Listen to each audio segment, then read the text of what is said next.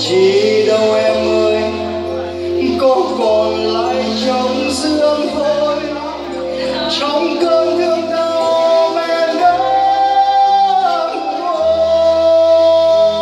thôi. Yêu rồi tình yêu sao chưa cay, mến nào bằng mến thương đâu đây, hỡi người bỏ ta trong mưa bay.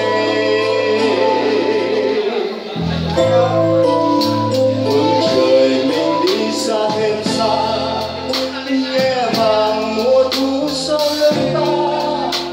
Em ơi thu thiết tha,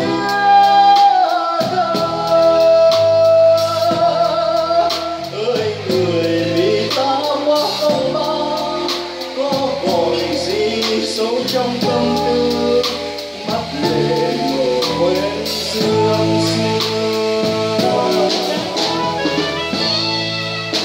Một vầng trăng vỡ đã thôi không theo nhau, ngày dài thương nhớ với bao nhiêu thương đau. Thôi rồi ta đã không còn gì thân rồi, chỉ còn hiu hắt cơn sầu hôn hối. Con đường mình đi sao trông gai, nghe buồn nhịp tim trong tâm tư. Em ơi sao đắng cay,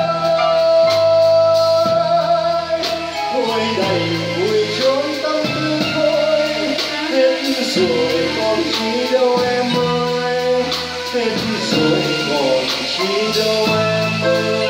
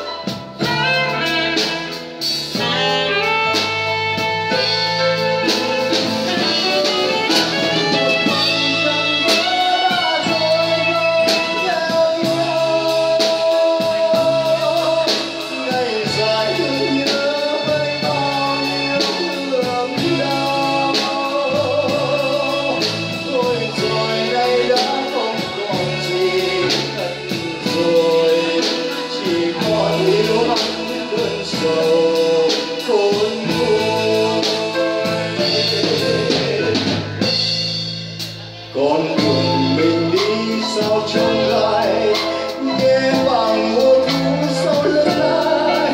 Em ơi sao đắng cay, thôi đành vui trốn tâm tư thôi.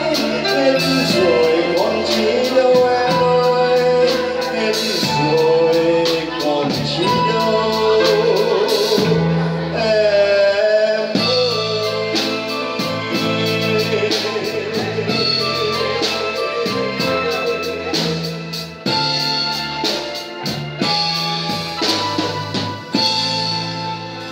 Thank you, xin chào các tay thật nồng nhiệt cho ban nhạc.